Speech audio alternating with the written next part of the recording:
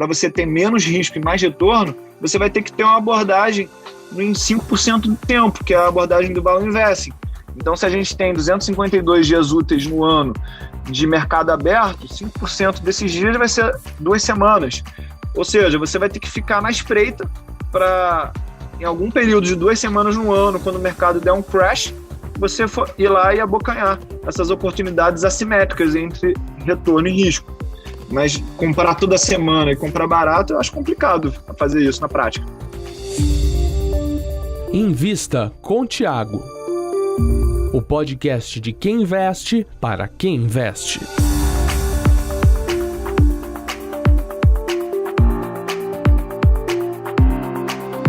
Olá, está começando mais uma edição do Invista com o Thiago. Eu não sou o Thiago, eu sou o Lucas Goldstein, mas eu tô sempre com o Thiago Reis, que é o fundador da Suno, para dar o boa tarde, o boa noite e o bom dia a você, ouvinte. Tudo bom, Lucas? Tudo bom? Eu já vou apresentar aqui o nosso convidado, um cara muito especial. Além de ser um amigo, é um cara que entende bastante de investimentos.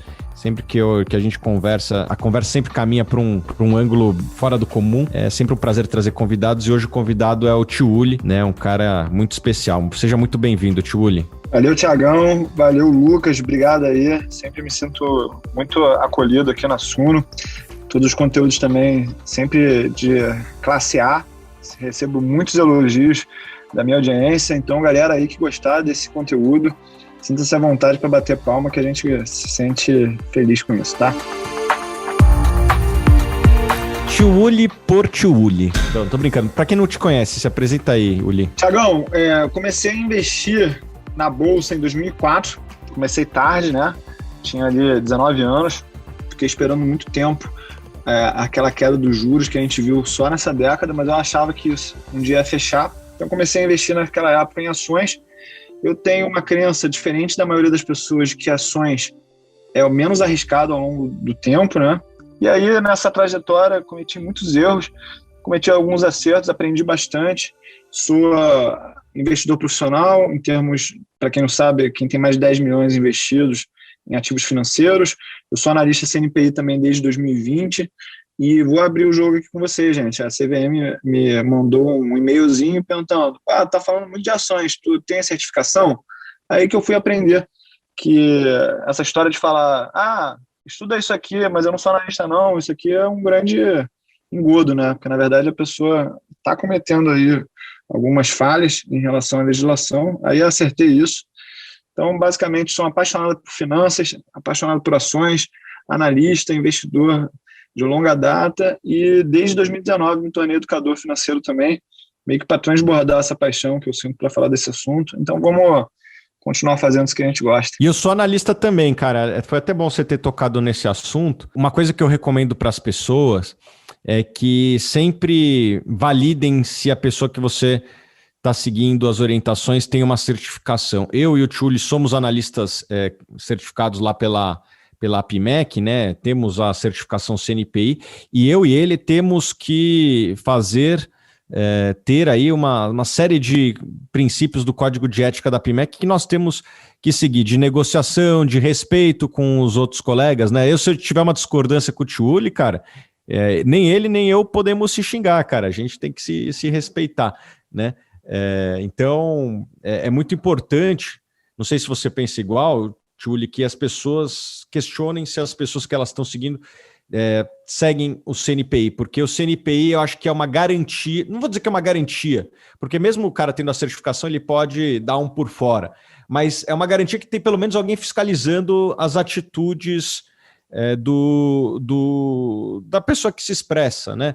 Porque eu e você somos analistas e a gente tem ali, por exemplo, que seguir o Código de Ética da APIMEC, que ordena que a gente só compre ações 5 dias depois que a gente faz a nossa análise, né? Eu tenho clientes aqui na Suno, então eu só posso comprar ações depois que eu indicar. Eu acho que isso aí dá uma baita segurança, né? Você sabe que a pessoa não está indicando algo que ela comprou na sua frente, né? E que muitas vezes não é o que acontece, ou pelo menos não existe essa garantia com pessoas não certificadas. O que você acha, Tiuli, disso tudo que eu falei? Eu concordo com isso que você falou, e eu acho que isso não é só com os analistas, tá, Thiago? Eu acho que a gente tem que fazer uma averiguação das instituições que a gente está trabalhando, você evitaria muitos golpes com pirâmides financeiras.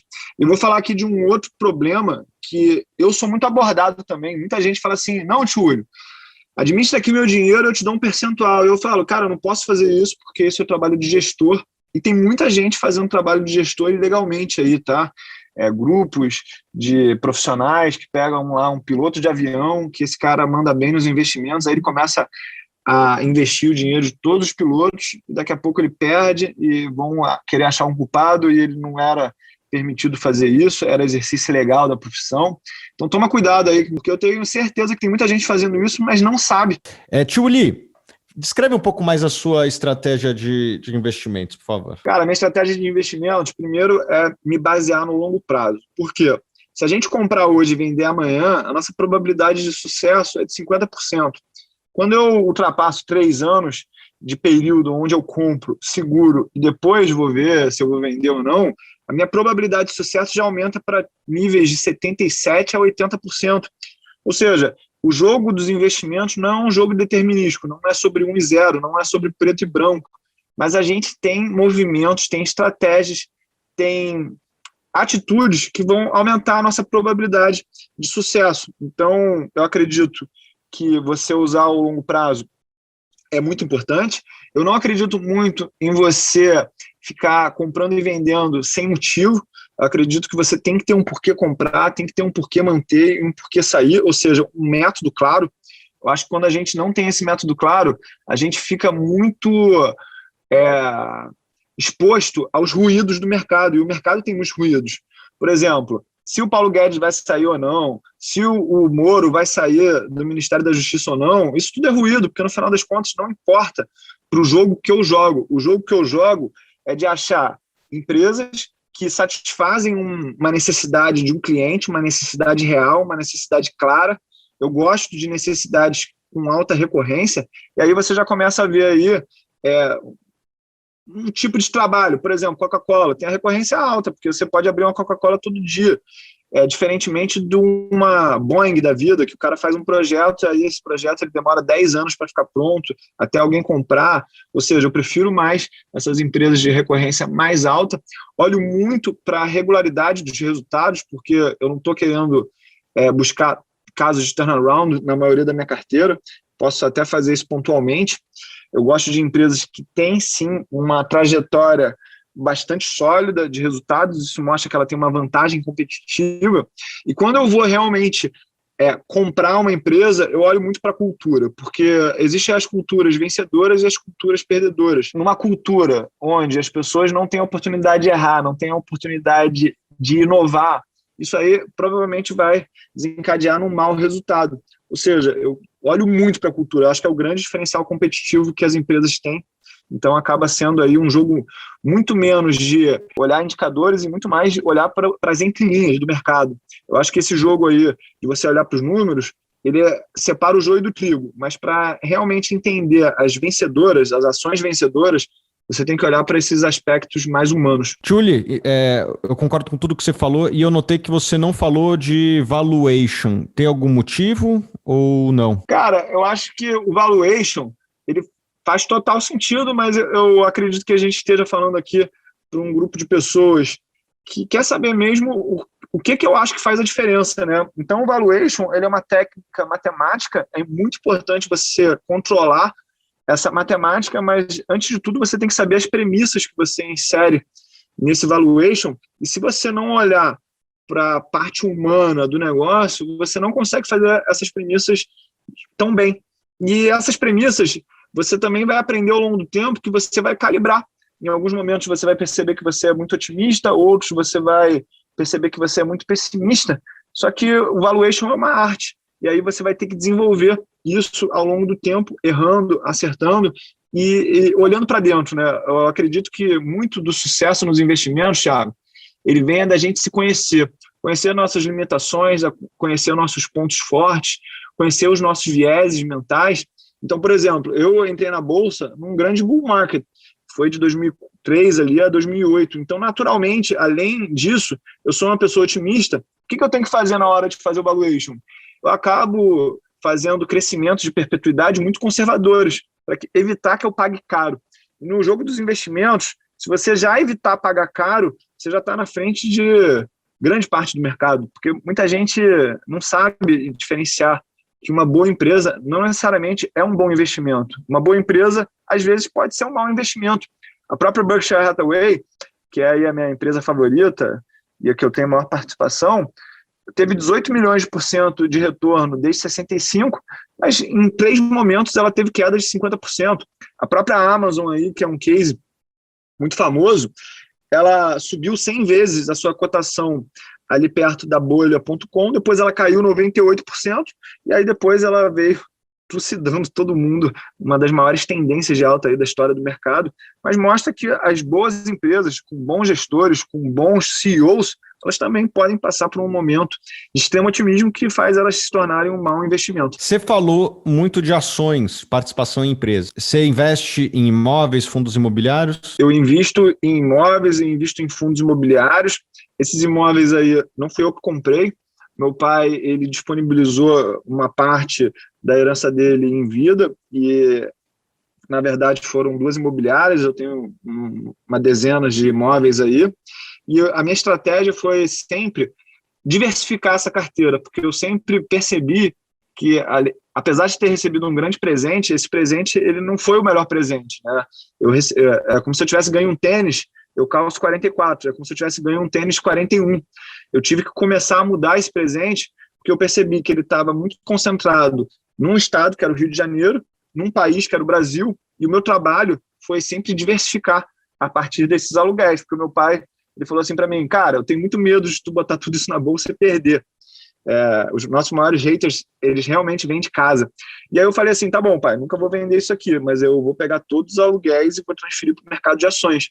Eu venho fazendo isso aí já tem 17 anos, ainda não consegui chegar nem 1/3 da carteira de ações equivalente à carteira de imóveis, mas de alguma forma eu já aprimorei isso, porque eu tenho ações nos Estados Unidos, tenho ações no Brasil, tenho fundos imobiliários em outros estados, eu me preocupei em fazer isso.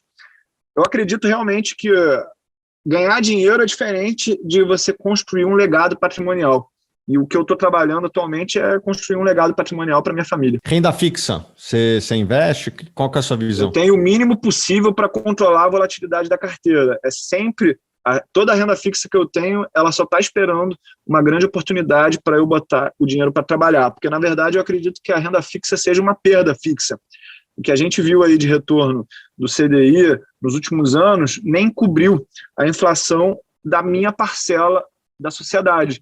É bom a gente lembrar disso. A inflação IPCA, que é a inflação oficial do governo, medida pelo IBGE, ela não reflete o padrão de consumo de uma pessoa como eu. Eu tenho muitos gastos em dólares, eu gosto de viajar para os Estados Unidos, eu gosto de consumir muitos serviços, a inflação dos serviços ela é mais acelerada do que a dos produtos industrializados, ou seja, para eu conseguir manter o meu padrão de compra, o meu poder de compra, eu preciso arriscar. Quem te segue sabe que você fala de opções. Qual que é a sua visão sobre derivativos para a pessoa física? Eu acredito que ele é uma grande possibilidade de você alavancar o teu capital a partir de pouco dinheiro e é uma ótima possibilidade para você proteger o teu patrimônio de uma grande crise.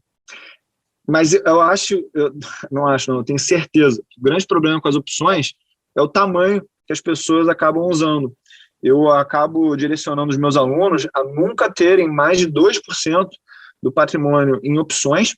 Eu recomendo explicitamente para que as pessoas não façam lançamento descoberto de opções, o que te deixa com uma porta aberta aí para perda ilimitada.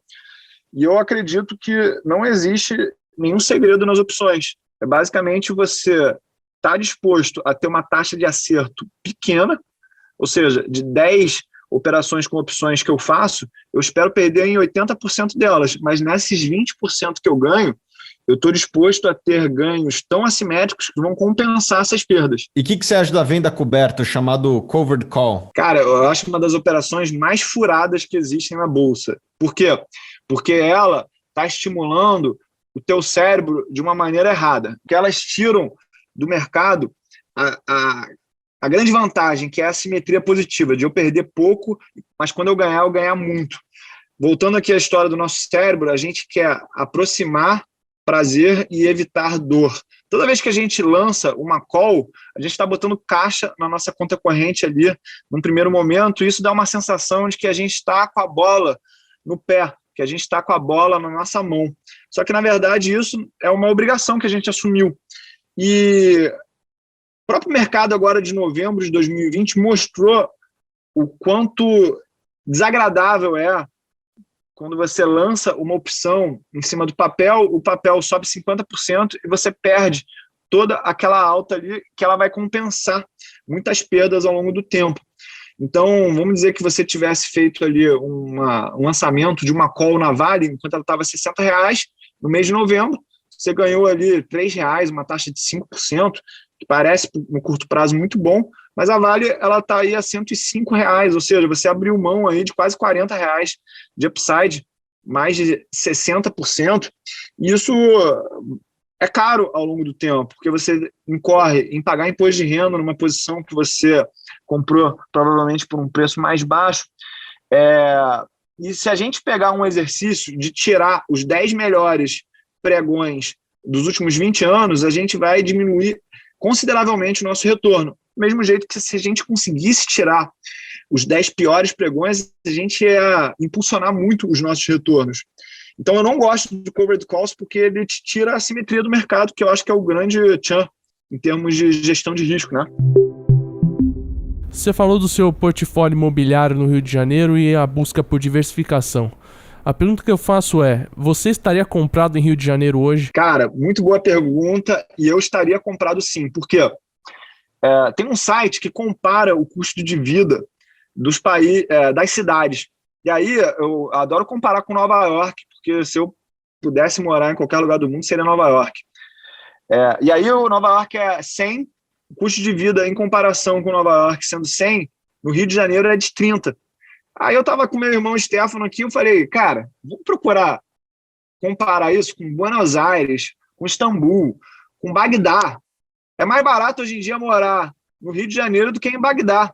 Ou seja, tá muito barato isso aqui, só que tu tem que saber comprar, porque ativo imobiliário, eu acredito que ele é diferente de quando a gente fala da bolsa, porque normalmente um ativo imobiliário, ele vem de uma transação única, individual, ou seja, você não consegue tratar isso como uma média. Então é muito importante que você compre bem.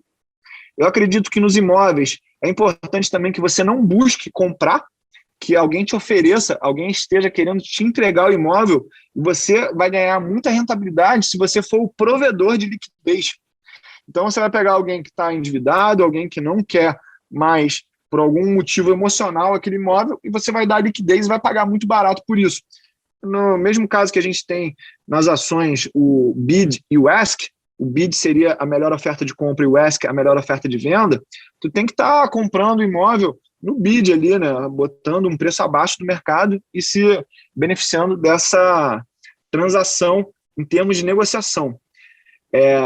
Tem outras coisas que eu aprendi também pelo meu pai ser muito bem sucedido no varejo, né, que é assim, você comprar sempre o meio da rua, porque se o meio do caminho entre duas pontas, que são as esquinas, é o meio da rua, o fluxo passante vai ser ali.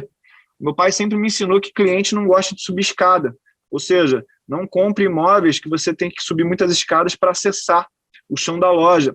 Então é baseado nessas coisas que a gente acaba fazendo as escolhas, e eu compraria sim imóveis no Rio de Janeiro, especificamente na Barra da Tijuca, porque eu acredito que existe uma arbitragem mesmo de risco, porque os gringos, os turistas de São Paulo só sabem falar de Leblon e Ipanema, mas quem mora no Rio de Janeiro sabe que é claramente a Barra da Tijuca o melhor bairro, e compraria na praia, porque independentemente se o cara está trabalhando com finanças, com tecnologia, ou ele é bicheiro, ou ele é contraventor, vai ter uma hora que ele vai querer o status de morar na praia, olhar para o oceano, e não constroem mais areia, não constroem mais praia, a oferta é muito limitada e a demanda é cada vez mais crescente. Julie, você falou do seu irmão. Ele é um cara que investe um pouco diferente de você, né? Adoro ele, o Stefano.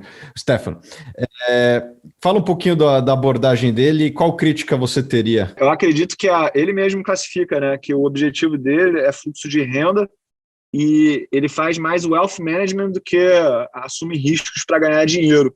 Então, ele acaba investindo muito passivamente, através de ETFs.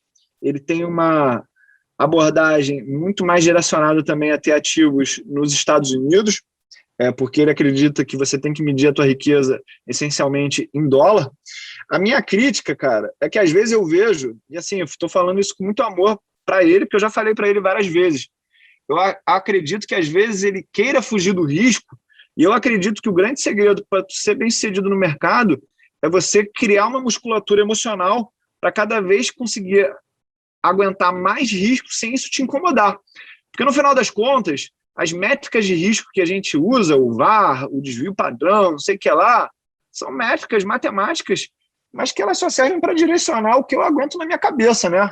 Tem gente que não aguenta ter 30% da carteira em renda variável, e o meu grande medo é ficar com 30% em carteira em renda variável. Eu tenho 80% atualmente, só para dar uma noção para vocês. E assim, se eu não soubesse que toda hora tem uma crise e as ações elas podem cair 50%, eu gostaria de ter 100% em ações. Desde 2004, eu nunca fiquei fora do mercado. Então, para mim, estar dentro do mercado não é um estresse. Eu não me sinto inseguro, na verdade, eu me sinto muito confortável. Qual pergunta você sempre quis fazer para mim e nunca fez? Qual pergunta eu sempre quis fazer para você e nunca fez? Já fez tudo. Eu já tinha pensado nisso aqui. Se você tivesse que evoluir mais como analista, qual que seria a coisa que tu teria que mudar para ontem na tua personalidade? Puta, na personalidade, boa pergunta, hein, cara? Puta, na personalidade. Eu acho que eu ser mais comunicativo, cara. Eu não gosto muito de ficar no telefone.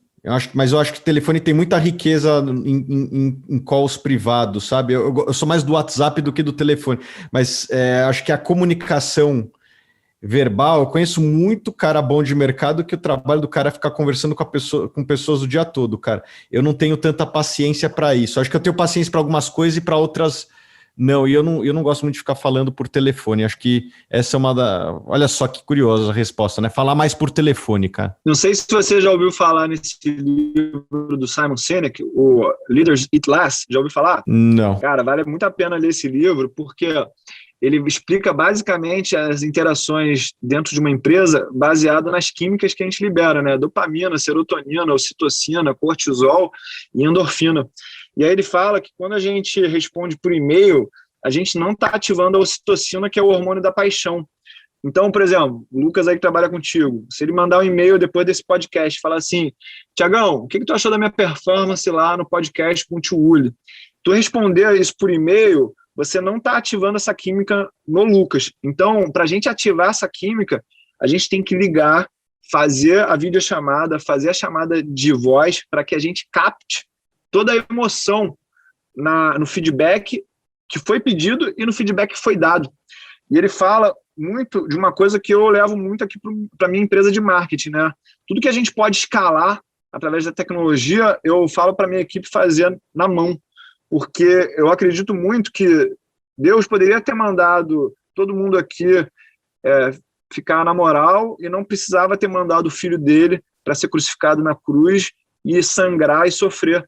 Mas, às vezes, é importante que a gente sangre, que a gente dê o nosso suor, que a gente tenha o contato pessoal para estimular mais a parte humana desse nosso negócio. E esse negócio, quem acha que é matemático, não entende do negócio. Esse nosso negócio, ele é humano. Mas eu não gosto de e-mail, sabia? Eu gosto de WhatsApp. Quantos anos você tem? Eu tenho 35, Lucas. Os ativos da sua carteira agora são os mesmos que você teria aos 50 ou teria uma mudança? Eu estou estudando muito conteúdo de aposentadoria hoje em dia, que eu acho que vai ser um mercado que vai crescer muito aqui no educacional. Eu teria a mesma carteira que eu tenho hoje. Eu não compro essa ideia da história do 100 menos a tua idade vai ser a tua carteira, a tua diversificação. Eu acho que, na verdade, quando você fica mais velho, você está mais perito no assunto gestão de risco, então você poderia até carregar mais risco. Em termos de empresas, cara, eu vou aqui citar outro livro do Simon Sinek, que é o O Jogo Infinito. Vocês já ouviram falar nesse jogo, nesse livro? Eu já ouvi falar do conceito, mas eu não li o livro. O Jogo Finito são aqueles jogos que têm regras definidas, têm adversários definidos, tem hora para começar, hora para acabar, tem um vencedor e um perdedor. O que são exemplos de jogos finitos? Futebol, tênis, basquete. O jogo dos gestores de fundos é um jogo finito, porque eles estão querendo ganhar do mercado para eles ganharem a compensação deles.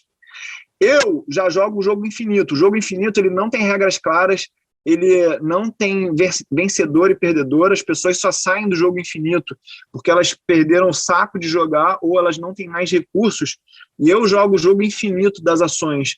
Por quê? Porque do mesmo jeito que o Warren Buffett tem 90 anos, ele está pensando nos próximos 40 anos que ele não vai estar aqui, eu já estou jogando o jogo na minha carteira de maior rentabilidade no longo prazo, porque o meu objetivo não é ser rico hoje, é ser rico daqui a 30, 40 anos, e principalmente, eu quero ser rico quando todo mundo estiver pobre. Por isso que eu tenho uma aversão ao risco quando está todo mundo querendo abraçar o risco. E eu tenho uma aversão ao conservadorismo quando está todo mundo querendo abraçar o conservadorismo. Se você não for anticíclico nesse jogo do longo prazo, provavelmente você vai errar mais do que você está acertando e não vai ter bons resultados. E hoje, você acha que o mercado está aquecido ou não? Eu acho que o mercado, em alguns lugares, está irracional. Eu estou vendo gente levantando dinheiro dentro do grupo do WhatsApp sem apresentar nenhum tipo de lastro. E o pessoal está querendo pagar. Eu estou vendo os gatilhos mentais de escassez de oportunidades cada vez maiores. A gente vê o número de IPOs no recorde, SPACs no recorde nos Estados Unidos. Todo mundo comprando e falando que o preço não importa e está tranquilo. Bitcoin, criptomoedas, eu acho que também está sendo um ralo de liquidez, que está todo mundo com comportamentos extremamente irracionais, porque estou comprando só porque está subindo, estou comprando só porque eu não posso ser o idiota que não comprou. Então, tem que ter muito cuidado para não pagar caro hoje em dia. Isso, eu sei explicar um pouco disso, né? É a grande diferença de growth versus value na visão acadêmica. Então, eu acho que a gente não pode comprar essas histórias de crescimento, dessa vez é diferente, porque isso pode custar caro. Você acha que tem uma correção chegando adiante? Cara, sempre vai ter, eu não sei quando vai ser. A questão é que eu não estou comprando ativo caro. Tem ativo barato ainda no mercado e eu estou dando foco neles, entendeu? Tem ativo muito barato no mercado. Qual que você acha? Cara, eu vou falar que é a Berkshire Hathaway. A Berkshire Hathaway, cara, é muito barata. O pessoal não tem noção de quanto tá barato aquilo. E eu tô vendo o mesmo comportamento que a Apple teve quando a gente ficou sabendo que o Steve Jobs ia morrer. As pessoas começaram a já precificar isso, e aí quando o cara morreu, já estava precificado, as expectativas só tinham como aumentar. E o Buffett e o Munger, os caras já estão já nos últimos 10 anos da vida deles, e o mercado já está precificando isso. E eu acredito que quando, infelizmente, isso acontecer, o mercado ele já vai ter precificado todas as expectativas aí. E o próprio Buffett já falou que o trabalho que ele tem feito nos últimos 10 anos não é um trabalho que faz a diferença. Na verdade, qualquer um que substituir ele vai conseguir ter os resultados que ele teve, porque os resultados nos últimos anos dele não foram tão assim excepcionais. Algum ativo no Brasil? Complicado falar isso, mas eu acho que Sanepar tá barato hoje, tá? Eu acho que está tendo assim uma polarização muito grande e assim, devido a alguns influenciadores, educadores financeiros, que eles falam, estatal não pode ter, estatal não pode ter, estatal não pode ter. E aí, tipo assim, tá bom, estatal não pode ter, mas eu vou ter assim que o preço estiver adequado ao risco que eu vou correr. Tu pode ter tudo, desde que esteja ajustado ao risco. Então eu vejo muita gente falando que você pode comprar empresas ESG a qualquer preço, isso está errado, porque empresas ESG, no final das contas, elas estão com um hedge contra o apocalipse verde. Então elas oferecem menos riscos, se as empresas oferecem menos riscos, elas vão oferecer menos retorno. As finanças elas funcionam um pouco nessa lógica. Para você quebrar essa lógica do mais risco, mais retorno, para você ter menos risco e mais retorno, você vai ter que ter uma abordagem em 5% do tempo, que é a abordagem do Value Investing. Então, se a gente tem 252 dias úteis no ano de mercado aberto, 5% desses dias vai ser 2 semanas. Ou seja, você vai ter que ficar na espreita para, em algum período de 2 semanas no ano, quando o mercado der um crash, você ir lá e abocanhar. essas oportunidades assimétricas entre retorno e risco. Mas comprar toda semana e comprar barato, eu acho complicado fazer isso na prática. Eu também estou comprando estatal, não essa específica, mas as federais, né? Eletrobras agora menos porque voltou bastante. É raro quando eu me posiciono que eu estou comprando uma empresa publicamente, mas a Eletrobras eu me posicionei, dei até sorte, foi no dia de menor cotação aí do ano. Mas eu acho que Banco do Brasil, Petrobras, no preço certo podem ser um bom investimento. Eu não comprava estatal desde 2007, comprei um pouco de Banrisul em 2019, mas assim, posição grande desde 2007, e agora eu voltei a comprar estatais novamente, porque eu sempre falei, estatal só de graça. E eu acho que hoje o balanço das estatais federais está o melhor balanço dos últimos 10 anos, a governança melhorou muito e os múltiplos são os mais baratos aí da história recente. Então eu tô comprando essas daí. Cara, assim, o grande exemplo para quem está duvidando disso que a gente está falando, pega do ano 2000 para cá, você compara Banco do Brasil, Itaú e Bradesco. As pessoas que não entendem de mercado vão achar que Bradesco e Itaú tiveram os maiores retornos, mas foi o Banco do Brasil.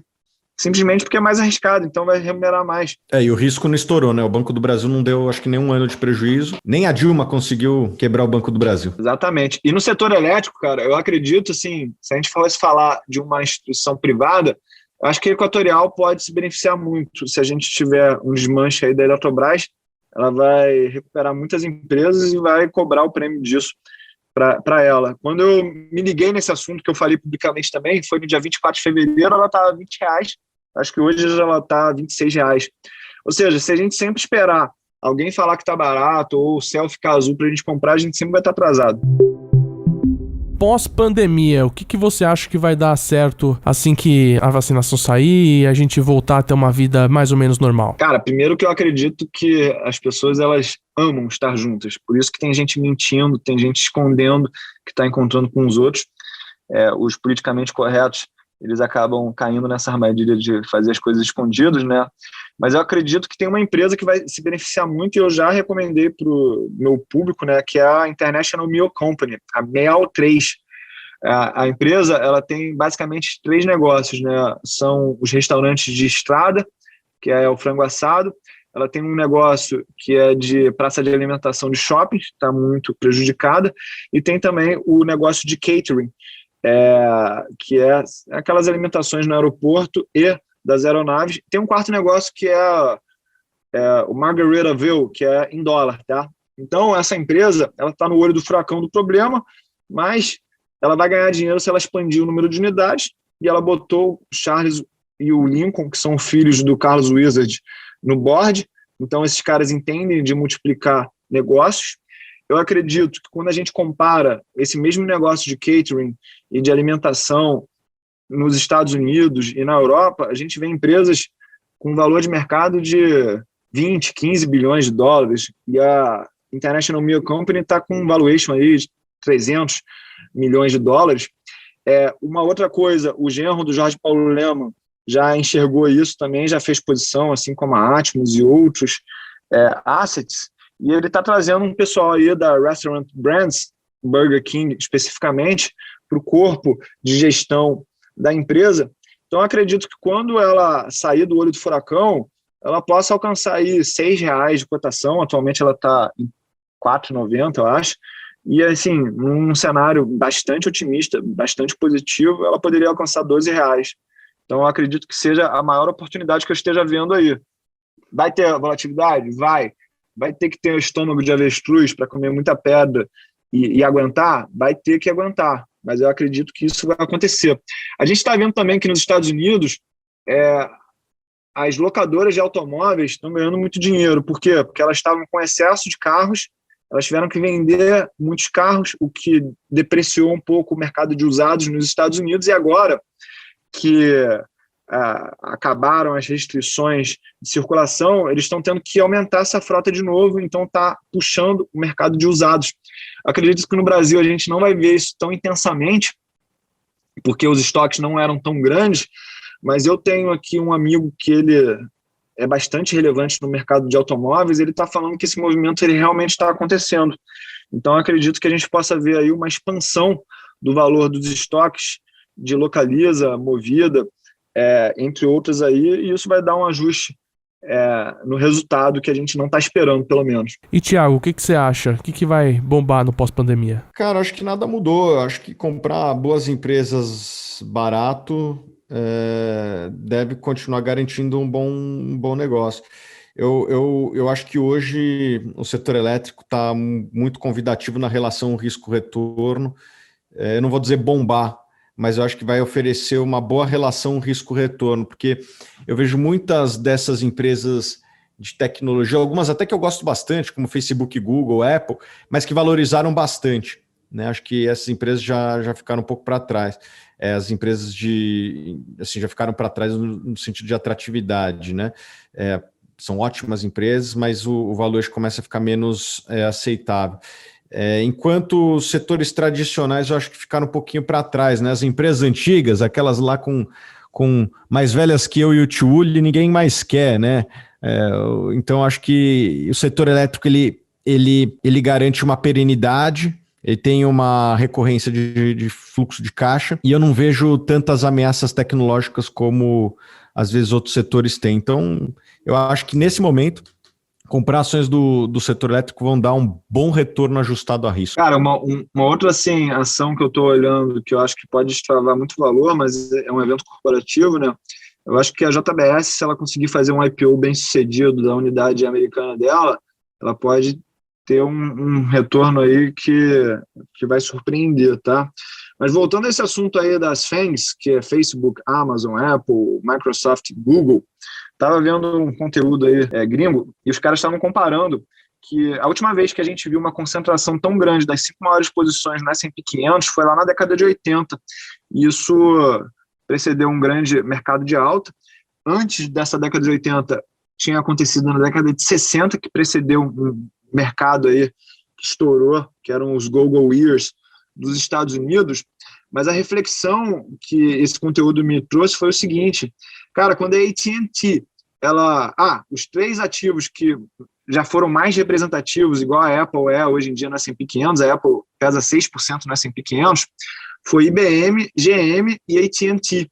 E a AT&T, quando ela desenvolveu aí a rede de telecomunicações, era como se ela fosse dona da internet sozinha. Será que isso não foi uma inovação mais impactante do que essas empresas tipo Facebook, Google e Microsoft estão fazendo hoje em dia?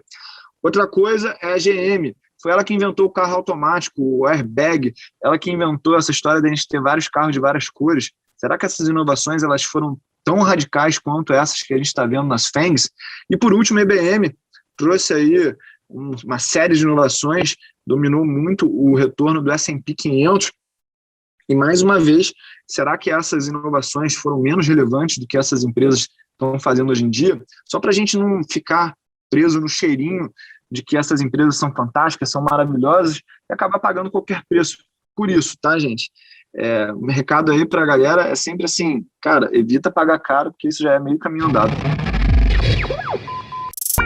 Todo investidor de verdade sabe bem escolher as ações nas quais ele irá investir.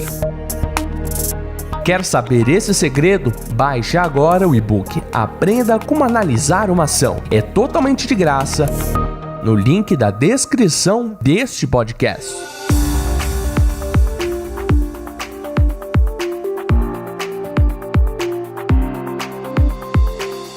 Então, beleza, Tio Uli, quem quiser te seguir aí nas redes sociais, como é que faz? Vai lá no Instagram, @tiouli, TIOHULI, ou no meu canal do YouTube, também Tio Uli. Só me procurar lá, que eu tô sempre botando conteúdo que eu considero de qualidade, mas é feito com muito amor, antes de tudo. Tiozão, porque não é um homem pequeno, Tio Uli, né?